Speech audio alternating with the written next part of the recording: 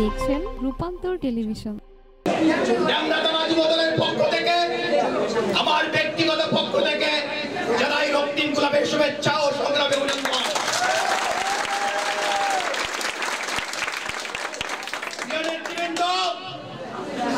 আমাদের নেতা শহীদ প্রেসিডেন্ট জিয়াউর রহমান একটি বিখ্যাত উক্তি আছে, আপনারা কি জানেন?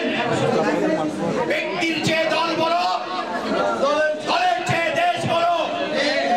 ঢাকা সংসদীয় আসন ৫ এর বাংলাদেশ জাতীয়তাবাদী দল বিএনপি মনোনীত এমপি পদপ্রার্থী আলহাজ নবীউল্লাহ নবীকে ফুলের শুভেচ্ছা জানান ঢাকা মহানগর দক্ষিণের ডেমরা থানার বাংলাদেশ জাতীয়তাবাদী দল যুব দলের আহ্বায়ক পদপ্রার্থী মোহাম্মদ আজিজুর রহমান। এ সময় যাত্রাবাড়ী ও ডেমরা থানা যুব দলের বিভিন্ন ওয়ার্ডের নেতারা অনুষ্ঠানে উপস্থিত ছিলেন। ফুলের অভ্যর্থনা শেষে আলোচনায় অংশ নিয়ে নেতা কর্মীরা চলমান রাজনৈতিক প্রেক্ষাপট, সাংগঠনিক সমন্বয় এবং ভবিষ্যৎ করণীয় নিয়ে মত বিনিময় করেন। আহ্বায়ক পদপ্রার্থী মোহাম্মদ আজিজুর রহমান নেতা কর্মীদের উদ্দেশ্যে বলেন, তারেক রহমান ঘোষিত ৩১ দফা দাবির বাস্তবায়নে সবাইকে ঐক্যভাবে কাজ করতে হবে। তার আহ্বানে উপস্থিত নেতারা সংগঠনের শক্তি বাড়াতে একযোগে মাঠ থেকে কাজ করার অঙ্গীকার ব্যক্ত করেন। ভোটের অধিকার প্রতিষ্ঠা করার জন্য দীর্ঘ আন্দোলন সংগ্রাম করেছেন। ওনার হাতে এই ঢাকা পাঁচ নিরাপদ।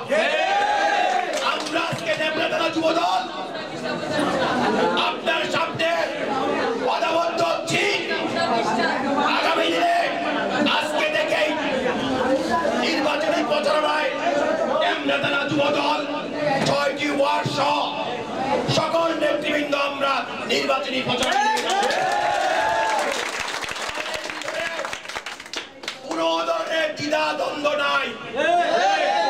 আমরা মনে করি দল ভালো থাকলে আমরা ভালো থাকবো। আজকে নবীউল্লাহ নবী এই অঞ্চলে নির্বাচিত হলে আমরা ভালো থাকবো। সুতরাং উনাকে বিপুল ভোটে নির্বাচিত করতে হবে। আমরা সংখ্যা দিব না। আমরা ডেমরা থানা যুব দল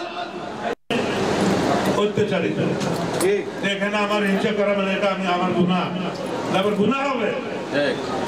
সবাই নির্যাতিত, কেউ আলাদাভাবে কাজ করছে, কেউ যৌথভাবে কাজ করছে। যে যেমনি পারছে সরকার বিরুদ্ধে আন্দোলন সংগ্রাম করে জেলে গেছে। যারা আছেন বেশিরভাগই মনে হয়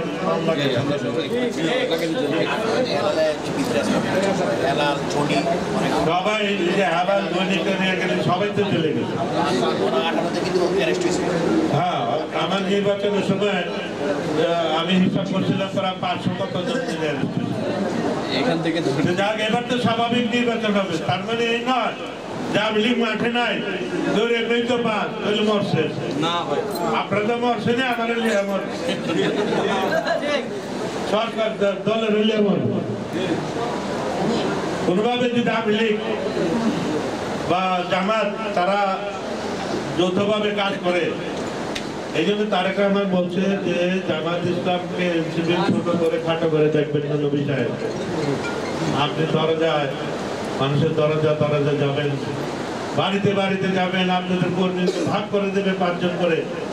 এই কথাটা কিন্তু শুধু আমার না, প্রত্যেক প্রার্থীকে বলে দিচ্ছেন। তো যাও, আজকে আপনারা অনেক ধৈর্য সহকারে এখানে আসছেন।